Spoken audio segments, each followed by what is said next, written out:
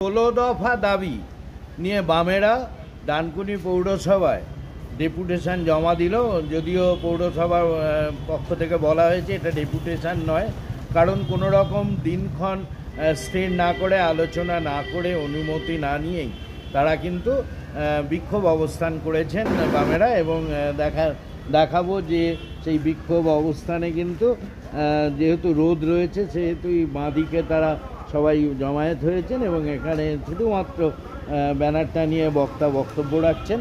এবং পাশাপাশি আপনাদের জানাই দর্শক যে যে সমস্ত দাবি, তাদের ভেতর উল্লেখযোগ্য দাবি হচ্ছে জল নিকাশি ব্যবস্থা দ্রুত সমাধান করতে হবে, তার পাশাপাশি ডোঙাঘাটার পোল তার দ্রুত সংস্কার সাধন করতে হবে, এমনকি টোটো চালকদের পুলিশি হয়রানি বন্ধ করতে হবে এবং বিভিন্ন জায়গায় যে আবর্জনার কর নেওয়া হচ্ছে সেই কর নেওয়া বন্ধ করতে হবে। পাশাপাশি যারা পৌরসভার কর্মচারী আছে তাদের মাইনে বাড়াতে হবে এবং তার পাশাপাশি আমাদের ভারতের কমিউনিস্ট পার্টির মাধ্যমে ডানকুনি এরকমটির উদ্যোগে ডানকুনিবাসীর জ্বলন্ত যে সমস্যা 12 দফা দাবি, সেই দাবি নিয়ে আমরা ডানকুনি পৌরসভায় একটা অবস্থান নিয়েছি। আপনারা জানেন যে আমাদের মূল দাবি যা ছিল তার মধ্যে অন্যতম দাবি হচ্ছে যে ডানকুনি 15 বছর ধরে এই তৃণমূল পৌরসভা পরিচালনা করছে, কিন্তু এখনো পর্যন্ত পৌরসভা কোনো মাস্টার প্ল্যান তৈরি করতে পারে। এখনো বিস্তীর্ণ ওয়ার্ডগুলো জলের তলায়, মানুষকে জল ডেঙিয়ে মানুষকে চলাফেরা করতে হচ্ছে। পৌরসভা ট্যাক্স নিচ্ছে, ট্যাক্স যথেষ্ট ট্যাক্স বাড়িয়ে দিয়েছে, তারপরেও পৌরসভা হচ্ছে তার দলের ক্যাডার পোশাক আছে, তাদেরকে চালনা করার জন্য মানুষকে অন্যায়ভাবে ওই কর জঞ্জাল কর নিচ্ছে। আমরা একটা ডেপুটেশন দিয়েছিলাম চেয়ারম্যানকে, চেয়ারম্যান বলেছিল যাদের সামর্থ্য হবে দেবে, যারা দেবে না। এখন কিন্তু হুমকি দিচ্ছে বাড়ি বাড়ি গিয়ে টাকা নেওয়ার জন্য। এইসব দাবিগুলো আছে। আমরা এই সময় লক্ষ্য করছি যে আমাদের বার্ধক্য ভাতা, বিধবা ভাতা, লক্ষ্মী ভাণ্ডার এটা কেউ বাড়ছে না, এর টাকার পরিমাণ বাড়ছে না, এমনগুলো বাড়ছে। কিন্তু এই পৌরসভা অন্যায়ভাবে তাদের ভাতাগুলো বাড়িয়ে নিল। আমরা যখন কাউন্সিলে ছিলাম আমরা অনারিয়াম পেতাম 1500 টাকা, কিন্তু এই তৃণমূল এই নতুন বোর্ড হওয়ার পর তাদের অনারিয়াম হলো 10,000 টাকা, চেয়ারম্যানের হলো 20,000। এই টাকা কার টাকা? জনগণের, আপনার আমার করের টাকা। এই তৃণমূলের কি পৈতৃক টাকা? জনগণের টাকা ধ্বংস করে, লুট করে ডানকুনিবাসীকে বিপদে ফেলেছে। আর প্রতিবাদে আমরা এর আগে ডানকুনি পৌরসভায় আমরা ডেপুটেশন দিয়েছি, চেয়ারম্যানকে আমরা সমঝোতা করেছি। যদি চেয়ারম্যান সমঝোতা হন ভালো, তাহলে আগামী দিন ডানকুনির মানুষকে নিয়ে আরো বড় বৃহত্তর আন্দোলন আমরা গড়ে তুলবো। তার জন্য এই চেয়ারম্যানকে প্রস্তুত থাকতে হবে। এবং আপনারা একটা দাবি করছিলেন কেন? শুধু তারা দিনরাত পরিশ্রম করছে ডানকুনির এই হাল ফেরানোর জন্য, কিন্তু কোনো মাস্টার প্ল্যান নেই, কোনো পরিকল্পনা নেই।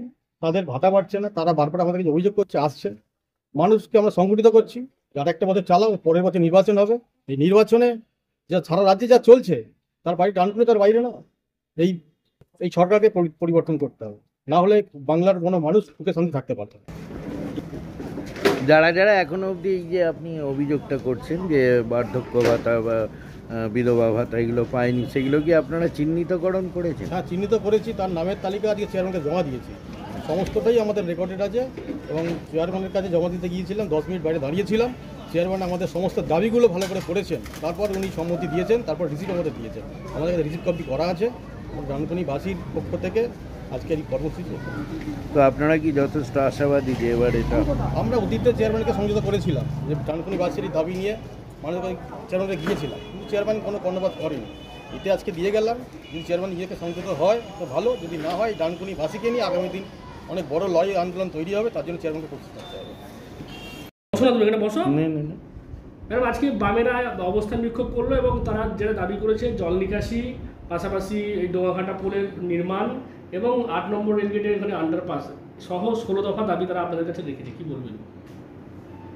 দেখুন, আমাদের কাছে দাবি রেখেছেন মানে ওনারা কিন্তু আমাদের ডেপুটেশন দিতে আসেননি বা আগে থাকতে কোনো টাইম দিয়ে চিঠি দেওয়া সেটা কিছু করেননি, ওনারা রাস্তায় বলে গেছেন। যাই হোক, যেটা করেছেন সে দাবি দেওয়া থাকতেই পারে, বিক্ষোভ থাকতেই পারে। ওনারা বলবেন আমরা করবো তা নয়, আমরা কিন্তু অলরেডি আগেই আমরা চিঠি চাপার যেখানে যা করার আমরা ডিপার্টমেন্টকে জানিয়েছি। ডোঙাঘাটা পোল নিয়ে অলরেডি ইন্সপেকশন হয়েছে, আপনারা জানেন। ফান্ডের জন্য আমি মন্ত্রীর কাছে দরবার করেছি, সেখানে ইউডিএমএ ফান্ড স্যাংশন হলে আমার কাজ শুরু হয়ে যাবে। দ্বিতীয়ত হচ্ছে আন্ডারপাসের জন্যও আমরা এমপি সাহেবকে জানিয়েছি, সেখানেও চিঠি আমাদের এমপি সাহেব রেকমেন্ড করছেন। উনি ইতিমধ্যেই একটা কথোপকথন হয়েছে উনি রেলমন্ত্রীর সঙ্গে কথা বলবেন, কেন্দ্রীয় রেলমন্ত্রীর সঙ্গে কথা বলে এটা করার আশ্বাস দিয়েছে। 3 নম্বর হচ্ছে আপনারা যেটা জল নিকাশির জন্য বলছেন, আপনারা জানেন যে এনএইচের জন্য যে সমস্যাটা আমরা পড়েছি, ইতিমধ্যেই আমরা 13 নম্বর ওয়ার্ড, 14 নম্বর ওয়ার্ড, 15 নম্বর ওয়ার্ড, 20 নম্বর ওয়ার্ড, যে ওয়ার্ডগুলোতে বিশেষ করে জল, সেখানে আমরা 5খানা পাম্প অলরেডি 13 নম্বর ওয়ার্ডে, 14 নম্বর ওয়ার্ডে ওখানে 4খানা পাম্প, এরকমভাবে পাম্প দিয়ে আমরা জল বার করছি। এবং হাইড্রেন হচ্ছে, দেখেছেন আপনারা যে লক্ষ লক্ষ টাকা হাইড্রেন, প্রায় কোটি টাকার কাছাকাছি হাইড্রেন করা হচ্ছে। এবং এনএইচের পাশে যেটা করা হবে, যেটা আমরা এনএইচকে বারবার মিটিংয়ে আমরা বলেছি, যেখানে মন্ত্রী বেচারাম মান্না ছিলেন, আমাদের ডিএম ম্যাডাম ছিলেন, এসডিও থেকে শুরু করে আমরা যারা জনপ্রতিনিধিরা যাদের যাদের এলাকার মধ্য দিয়ে এনএইচ হয়েছে, সেখানে আমরা আমাদের একটাই দাবি ছিল যে এনএইচের পাশে দুধারেই কিন্তু আমাদের কংক্রিটের ড্রেন করে দিতে হবে। ডানকুনি থেকে 5 কিলোমিটার আমাদের এরিয়াটা মন্ত্রী সাহেব বলেছিলেন যে এটা ইমিডিয়েট করার জন্য। আপাতত এখন এই বর্ষাতে এখনো পর্যন্ত হয়ে ওঠেনি, এখন কাঁচা ড্রেন কেটে দেওয়া হচ্ছে। আশা করব যে এনএইচ নিশ্চিতভাবে এই কাজটা করবেন, কেন এনএইচ অনেক দিন ধরে এটা টালবাহানা করছেন। আমরা যেখানে যা চিঠি চাপাটি দেওয়া সেগুলো আমরা করেছি, এটা আমরা আবার এমপি সাহেবের মাধ্যম দিয়েও আমরা কেন্দ্রমন্ত্রীকে এনএইচকে চিঠি করার জন্য আমরা ভেবে রেখেছি যে ওটাও করতে হবে। আমরা ডিএম ম্যাডামের থ্রু দিয়ে যতটা পেরেছি আমরা চিঠি চাপাটি করেছি, কিন্তু এখন দেখছি কিছুতেই এগোচ্ছে না, যার জন্য এমপিকে আমরা আবার এমপি সাহেবকে দিয়ে আমরা এটা রেকমেন্ড করাবো যাতে এই নিকাশিটা খুব তাড়াতাড়ি কমপ্লিটেড করে দেওয়া যায়। সেটা এনএইচের কাছে আবেদন করবো যেন এটা ইমিডিয়েট এর অ্যাকশন নেওয়া হয়। এবং ওনারা অভিযোগ করছেন যে অনেক জায়গাতেই নাকি বার্ধক্য ভাতা, বিধবা ভাতা তারা পাচ্ছেন না। তা আমরা তার উত্তরে বলেছিলাম চিহ্নিতকরণ করেছেন, ওনারা বললেন হ্যাঁ চিহ্নিতকরণ করে চেয়ারম্যানকে সেই নাম দেওয়া হয়েছে। চিহ্নিতকরণ করে আমাকে দেওয়া হয়নি, এটা যদি বলে থাকেন অভিজ্ঞতা। দ্বিতীয়ত আপনারা জিজ্ঞাসা করবেন যে ওনাদের আমলে 34 বছরের রাজত্বকালে কটা মানুষকে বার্ধক্য বিধবা ভাতা দিতেন। আমাদের মুখ্যমন্ত্রী মমতা বন্দ্যোপাধ্যায় আসার পর থেকে আপনারা দেখেছেন 2011 থেকে আজকে 2025 খুব কম মানুষ পাচ্ছেন না, হয়তো তাদের ফর্ম ফিল আপটা ঠিক হয়নি বা কারো হয়তো অ্যাকাউন্ট নাম্বারে কোনো ভুল আছে, এই ধরনের হয়তো ওরা হয়তো এই 60 ক্রস করেছে, এই ধরনের এরকম হয়তো কিছু কিছু বাকি আছে। কিন্তু ওনাদের হিসেবটা বলতে বলবেন যে সেই সময় কতজন পেত, না পাওয়ার লিস্ট বেশি ছিল ওনাদের, আর আমাদের এখন না পাওয়ার লিস্ট খুব নগণ্য। সেটাও আমাদের মুখ্যমন্ত্রী ওটাও করে দেবেন আগামী যখন দুয়ারের সরকার হবে, সেই দুয়ারের সরকারের ফর্ম ফিল আপের মধ্য দিয়ে আমরা করিয়ে দেবো। এখানে তো আমাদের কোনো রাজনীতির কোনো কথা নাই, এখানে আমাদের সবাইয়ের জন্য। দিদি লক্ষ্মীর ভাণ্ডার করেছেন সবাইয়ের জন্য, সেখানে তৃণমূলকে শুধু দেখে দেখে দেওয়া হচ্ছে না, সেখানে তৃণমূল, সিপিএম, কংগ্রেস, বিজেপি সবাই পাচ্ছেন। এবং বার্ধক্য ভাতা, বিধবা ভাতা, প্রতিবন্ধী ভাতা, স্কলারশিপ, স্টুডেন্ট ক্রেডিট কার্ড সবাই পাচ্ছেন। তাই বামেদের কাছ থেকে আমাদের এটা শিখতে হবে না যে কার কাছ থেকে কেন বার্ধক্য ভাতা পাচ্ছে না, যেগুলো পাওয়ার উপযুক্ত নিশ্চয়ই পাবেন। আরেকটা বিস্ফোরক অভিযোগ করেছেন সভাপতি মনোজ রায়ন যে পৌরসভা নাকি হুমকি দিয়ে এই ট্যাক্সের মানে জলকর বা এইগুলো নিচ্ছে, আবর্জনা ট্যাক্সের কথা বলছো। আবর্জনা ট্যাক্স ওনার হয়তো জানা নেই, যেটা ওনার জানার কথাও নয়। উনি এখন তো কাউন্সিলর নেই, ওখানে আমাদের দিলীপ কয়েল কাউন্সিলর। তা আপনারা জানেন যে সেন্ট্রাল গভর্নমেন্টের একটা অর্ডার আছে, সেই সেন্ট্রাল গভর্নমেন্টের অর্ডার অনুযায়ী আমরা কিন্তু এই ইউজার চার্জেস আমরা নিচ্ছি। তাই আমরা গাইডলাইন মেনেই কাজ করি, আমরা গাইডলাইনের বাইরে কাজ করছি না। আর একটা ম্যাডাম, পথ ব্যবসায়ী যারা স্ট্রিট মানে ব্যবসায়ী রয়েছে তাদের একটা পরিচয়পত্রের জন্য ওরা বলছিলেন একটা দাবি করছিল। আপনারা জানেন আমরা এই সার্ভেও করেছি এবং তাদেরকেও আমরা স্বীকৃতি দিই যে হ্যাঁ তারা স্ট্রিট ভেন্ডার আছে বা তারা এলাকায় কাজ করছেন। আজ পর্যন্ত কিন্তু কাউকে আমরা উঠিয়ে দিইনি, যেটা ওনারা করেছেন, কিন্তু আমরা কিন্তু সেরকম করিনি। আমাদের মাননীয় মুখ্যমন্ত্রী আমাদের সেই শিক্ষাই দিয়েছেন, কাউকে উঠিয়ে দেওয়া নয়, কারোর পেটে লাথি মারা নয়। মানুষ কাজ করছেন, উইলিংলি কাজ করছেন। কেউ আপনাদের কাছে কি অভিযোগ করেছে যে আমাদেরকে উঠিয়ে দেওয়া হয়েছে? কোনোদিন তো এইরকম আমরা কাজ করিনি। তারা কাজ করছেন, নিশ্চিতভাবে আমরা তাদের জন্য আমরা ভাবব। এবং আপনারা জানেন যে স্ট্রিট যারা হকাররা রয়েছেন তাদের জন্য মুখ্যমন্ত্রী 2000 টাকা করেও তাদেরকে দিয়েছিলেন করোনার সময়, যে তারা বিজনেসটা ভালো করে করুক, তারা যেন অর্থের অভাবে তারা যেন পিছিয়ে না পড়ে, তার সংসারটা যাতে না চলে, এটা না যেন হয়। তাদেরকেও কিন্তু প্রত্যেকটা স্ট্রিট ভেন্ডারদেরকেও কিন্তু টাকা দিয়েছিলেন।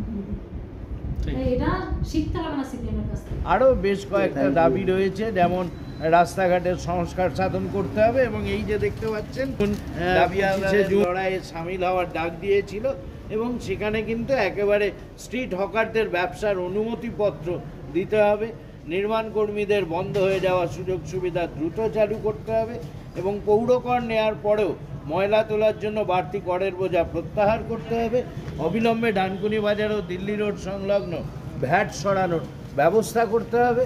যদিও মানুষ কতটা সচেতন সে সম্পর্কে তারা বিন্দুমাত্র আলোকপাত করেননি, কারণ পৌরসভা বারংবার মাইকিং করে বা বিভিন্ন সময় বিভিন্ন জায়গায় ক্যাম্পেনিং করে জানিয়েছেন যে দিবারাত্র পরিষেবা দেয় ভ্যাট কর্মীরা, এবং তারা গিয়ে গাড়ি নিয়ে ময়লা তোলে দোকানে দোকানে। তারপরও মানুষ এতটাই অসচেতন যে এই টিএন মুখার্জি রোড জুড়ে দর্শক আপনারা যদি যাতায়াত করেন, জায়গায় জায়গায় দেখবেন অস্থায়ী ভ্যাট গড়ে উঠেছে। সে সম্পর্কে কিন্তু বিন্দুমাত্র আলোকপাত করেনি ডানকুনি এরিয়া কমিটির বাম কর্তৃপক্ষ যারা রয়েছেন, যারা এসেছিলেন আজকের এই ডেপুটেশন দিতে, এবং সেই ডেপুটেশন পৌরসভার চেয়ারপারসন হাসিনা শবনম জানিয়েছেন যে বামেদের থেকে উন্নয়ন শিখতে হবে না। তার কারণ তাদের 34 বছরে তারা কজনকে বিধবা ভাতা দিয়েছেন, কজনকে বার্ধক্য ভাতা দিয়েছেন তা প্রশ্নাতীত। আমাদের সময় আমরা কিন্তু গত 15 বছরে মাননীয় মুখ্যমন্ত্রীর বদান্যতায় এখন মাত্র নগণ্য, অর্থাৎ যারা জানিয়ে বামেদের আজকের আলোকপাত, এবং সে বিষয়ে তারা আজও অবিচল। যেটা নিকাশি ব্যবস্থা, সেটা এনএইচ এবং রেল কর্তৃপক্ষের গাফিলতির জন্যই আজকে এই একাধিক ওয়ার্ড জলমগ্ন হয়ে যাচ্ছে। সেখানেও কিন্তু হাসিনা শবনম জানিয়েছেন যে দ্রুত পাম্পিং স্টেশনের ব্যবস্থা করা হচ্ছে, হাইড্রেন্ট নির্মাণ হচ্ছে, এবং সেখানেও বেশ কয়েক কোটি টাকার প্রকল্পের কাজে হাত দিয়েছে ডানকুনি পৌরসভা। আপনারা কে কী বলবেন কমেন্ট বক্সে কমেন্ট করে জানান। ততক্ষণ দেখতে থাকুন, সঙ্গে থাকুন টাইমস অফ নিউজ বাংলা, আপনাদের কাছে, আপনাদের পাশে। নতুন বছরে লাগুক সোনার আভা।